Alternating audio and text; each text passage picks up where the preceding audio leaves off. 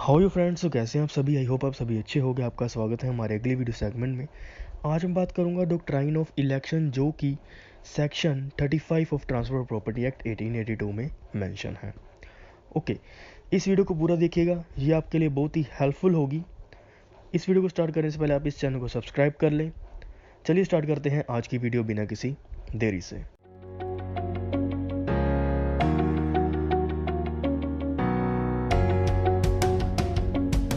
Friends, सबसे पहले आपको मैं इलेक्शन का मीनिंग बता दूं। इलेक्शन का मीनिंग होता है वोट करना। वोट मतलब कि चूज़ करना कोई एक स्पेसिफिक अल्टरनेटिव। ओके, दो चीज़ों में से एक चीज़ चूज़ करना, उसको कहते हैं इलेक्ट करना। ओके गाइस, सो जो डॉक्ट्राइन ऑफ इलेक्शन है ये इक्विटी प्रिंसिपल पे बेस्ड है। ओके, इसमें क्या होता है, इसमें हमें एक राइट चूज़ करना पड़ता है दो राइट में से। ओके, दो अल्टरनेटिव या इनकंसिस्टेंसी राइट में से एक राइट जो है हमने चूज़ करना पड़ता है। अब बात मैं आपको एग्जांपल के साथ समझाने की कोशिश करूँगा। फॉर एग्जांपल कि मिस्टर एक्स है, मिस्टर एक्स ने क्या किया, मिस्टर एक्स ने मिस्टर वाई को 20,000 रुपीज़ एज ए गिफ्ट देने का वादा किया। ओके, उसने कहा मिस्टर एक्स ने कि मैं आपको 20,000 रुपीज़ दूंगा, लेकिन इसके बदले में जो आपके पास प्रॉपर्टी है, कोई हाउस है, वो आप मिस्टर जेड को ट्रांसफ़र कर दो, तभी मैं आपको जो है 20,000 रुपीज़ एज ए गिफ्ट दूंगा। ओके, तो मिस्टर वाई के पास क्या आ गया, मिस्टर वाई के पास जो है इलेक्ट करने की ओब्लिगेशन आ गई यहाँ पे। क्या वो मिस्टर एक्स से 20,000 रुपीज़ लेकर प्रॉपर्टी ट्रांसफ़र करेगा, या फिर मिस्टर एक्स के 20,000 रुपीज़ नहीं लेगा और प्रॉपर्टी अपने पास रख लेगा। ये मिस्टर वाई के ऊपर है कि उसने क्या करना है। मिस्टर वाई को अब इलेक्शन करना पड़ेगा, अब इलेक्ट करना पड़ेगा। दो चीज़ों में से एक चीज़ चूज़ करनी पड़ेगी। अगर वो मिस्टर एक्स से पैसे ले लेता है 20,000 रुपीज़, तो उसको जो है प्रॉपर्टी जेड को देनी पड़ेगी। अगर नहीं लेता तो प्रॉपर्टी अपने पास रखेगा और जो उसका गिफ्ट होगा उसको वापस कर देगा। वो 20,000 रुपीज़ उसको नहीं मिलेंगे। ओके, अब बात करते हैं इसके कुछ एसेंशियल्स के बारे में, डॉक्ट्राइन ऑफ इलेक्शन के एसेंशियल्स के बारे में। Transfer possesses to transfer property not his own. मैं आपको बता देता हूँ, जो डॉक्ट्राइन ऑफ इलेक्शन में तीन पार्टीज होती हैं। सबसे पहले हो गई transferor, second is owner and third is transferee. Owner जो होगा उसकी प्रॉपर्टी होगी। ओके, ट्रांसफरर जो होगा वो उस प्रॉपर्टी की डील करवा रहा होगा।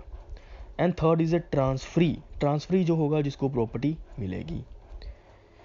ट्रांसफर क्या करेगा, ट्रांसफर ओनर को कहेगा आप अपनी प्रॉपर्टी ट्रांसफरी को ट्रांसफ़र कर दो, इसके बदले में आपको कुछ बेनिफिट मिलेगा।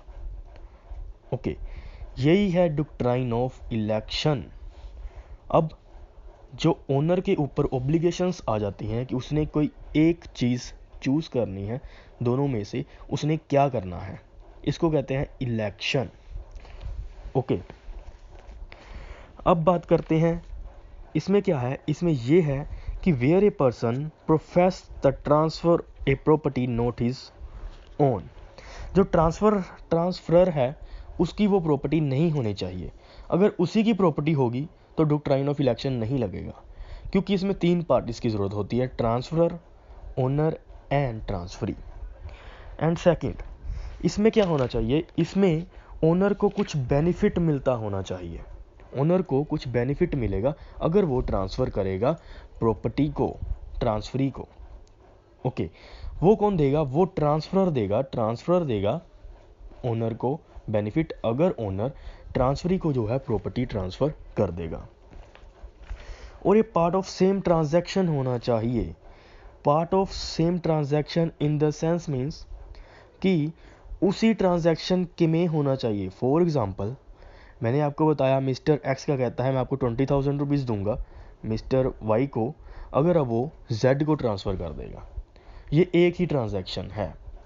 ओके, अगर वो ऐसा कहे कि मैं आपको 20,000 रुपीज़ दूंगा, ओके, और आपको एक घर दूंगा जिसके बदले में आप जो है अपना घर जेड को दे दो।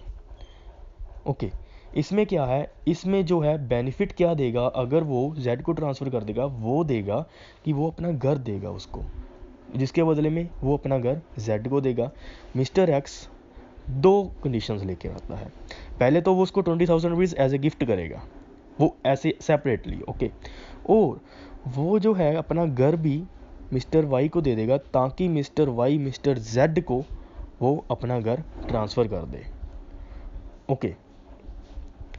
इसमें जो घर ट्रांसफ़र कर रहा है मिस्टर एक्स मिस्टर वाई को दे रहा है एज ए गिफ्ट में, ओके, एज ए कंसीडरेशन दे रहा है, या फिर कुछ बेनिफिट दे रहा है, अपना घर दे रहा है रहने के लिए उसके बदले में, ओके, वो हो गया इसके लिए। लेकिन जो 20,000 रुपीज़ एज ए गिफ्ट दे रहा है वो होगा सेपरेटली, वो सेम ट्रांजैक्शन में नहीं आएगा। Same transaction in the sense एक के बदले में कुछ देना, ओके, बदले में कुछ देना, उसको कहते हैं सेम ट्रांजैक्शन, ओके। अगर वो 20,000 रुपीज़ बेनिफिट दे रहा है, उसके बदले में वो कुछ दे रहा है, ओके, इसको कहते हैं सेम ट्रांजैक्शन होनी चाहिए। और इसमें क्या आ जाता है, और इसमें आता है ओनर की ड्यूटी होनी चाहिए इलेक्ट करने की। जो ओनर है उसके ऊपर ये ऑब्लिगेशन आ जाती है कि उसने दोनों में से एक चीज़ चूज़ करनी है। अगर वो बेनिफिट ले लेगा तो उसको जो है प्रॉपर्टी ट्रांसफ़र करनी पड़ेगी। अगर वो बेनिफिट नहीं लेगा तो वो क्या कर सकता है, वो अपनी प्रॉपर्टी अपने पास रख सकता है। ये ओनर के ऊपर है, वो प्रॉपर्टी ले भी सकता है, वो पैसे ले भी सकता है, सॉरी बेनिफिट ले भी सकता है और नहीं भी ले सकता। ये उसके ऊपर कोई ऐसे थोपना नहीं है कि हाँ तू ले ही ले, अच्छा, ओके। सो आगे है mode of election. Mode of election मतलब कि ये इलेक्शन किस तरह बन सकता है। ये इम्प्लाइड भी हो सकता है एंड एक्सप्रेसली भी जो है इलेक्शन किया जा सकता है। एक्सप्रेसली मीन्स कैसे, कि अगर ओनर ने जो है वो बेनिफिट लेना है तो वो सीधा उसको कह देगा हाँ ठीक है, तू मुझे जो है मैं तेरा मानता हूँ, तू मुझे बेनिफिट दे दे, मैं प्रॉपर्टी ट्रांसफ़र कर देता हूँ, ओके। ये हो गया एक्सप्रेस। इम्प्लाइड कैसे, इम्प्लाइड मतलब होता है अगर जो ओनर है वो कुछ बोले ना, कुछ एक्सप्रेस ना करे, और जब ट्रांसफ़र पैसे लेकर गिफ्ट लेकर उसके पास आया, वो गिफ्ट रख ले अपने पास, वो गिफ्ट अपने पास रख ले, उसको कहे ना कुछ, बस उसको ऐसा एक्ट परफॉर्म करे। इम्प्लाइड होता है ऐसा एक्ट परफॉर्म करना विद द इंटेंशन कि अगले को ऐसा लगे कि हाँ ये मान गया है या नहीं माना, कुछ ऐसा परफॉर्म करना, ओके। उसको कहते हैं इलेक्ट करना बाय इम्प्लाइड वे से, ओके गाइस। आगे बात करते हैं requisition of to election. This is a special procedure for expending election, okay. इसमें क्या कहते हैं, इसमें ये कहा गया है कि अगर 1 साल से ज़्यादा हो गया, ओनर जो है इलेक्ट नहीं कर पा रहा, ओनर ने इलेक्ट नहीं किया, ट्रांसफ़र ने ओनर को कहे हुए 1 साल हो गया और ओनर ने अभी तक उसका कोई रिप्लाई नहीं किया, उसने अभी भी उसको एक्सेप्ट नहीं किया, उसको डिनाई नहीं किया, उसने कुछ नहीं किया, तो क्या होगा। 1 साल के बाद ऐसा माना जाएगा कि जो ओनर है वो इलेक्ट उसने कर लिया है, वो किसके फेवर में किया है, ट्रांसफरी के फेवर में किया है या ट्रांसफ़र के फेवर में किया है, वो रेडी हो गया है प्रॉपर्टी को ट्रांसफ़र करने के लिए, ओके। ऐसा माना जाएगा after the 1 year in the favour of transfer, वो ट्रांसफ़र करने को रेडी हो गया है।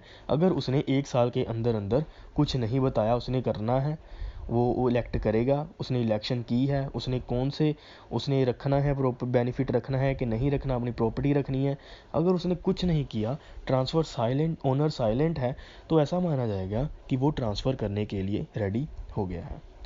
आगे बात करते हैं इलेक्शन अगेंस्ट ट्रांसफ़र। अगर जो है ओनर ने इनकार कर दिया, अगर ओनर ने कह दिया कि हाँ मैं बेनिफिट नहीं लूँगा, मैंने अपनी प्रॉपर्टी रखनी है, तो क्या होगा, तो जो बेनिफिट होगा जो ट्रांसफ़र ओनर को दे रहा था, वो बेनिफिट जो होगा वो वापस चला जाएगा किसके पास, ट्रांसफ़र के पास, वो ओनर को नहीं मिलेगा। मैंने क्या कहा था, मिस्टर एक्स ने 20,000 रुपीज़ ऑफ़र किए थे, गिफ्ट किए थे, अगर वो प्रॉपर्टी जो है मिस्टर वाई जेड को दे दे, लेकिन मिस्टर वाई ने क्या किया, वो प्रॉपर्टी नहीं ली, बेनिफिट नहीं लिए मिस्टर वाई ने मिस्टर एक्स के से वो गिफ्ट नहीं लिया 20,000 रुपीज़ का, और उसने क्या किया, उसने मना कर दिया और 20,000 रुपीज़ ट्रांसफ़र को वापस कर दिए, ओके, जो बेनिफिट होगा वो return back to the transfer हो जाएगा। ओके, आगे बात करते हैं राइट ऑफ डिसअपॉइंटेड ट्रांसफरी। अगर ट्रांसफ़र ने ओनर को कुछ कहा ट्रांसफ़र करने के लिए और ट्रांसफरी ने पैसे भी दे दिए ट्रांसफ़र को, ओके, तो क्या होगा? ट्रांसफरी ने ट्रांसफ़र को पैसे दे दिए कि तू ओनर के पास जा और उसको मनाकर मुझे प्रॉपर्टी दिलवा। अब ट्रांसफ़र क्या गया, ट्रांसफ़र ओनर के पास गया और ओनर ने मना कर दिया, तो जो ट्रांसफरी हो गया वो डिसअपॉइंट हो गया। अब जो डिसअपॉइंट ट्रांसफरी होगा उसके पास क्या राइट है?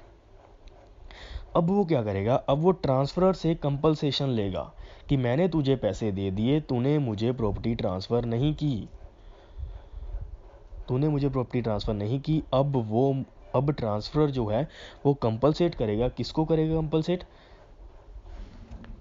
ट्रांसफरी को कंपलसेट करेगा। ओके, और वो कितना ट्रांसफ़र कर सकता है, कितना कंपलसेट कर सकता है? वो equal to the value of property तक ट्रांसफ़र कर सकता है।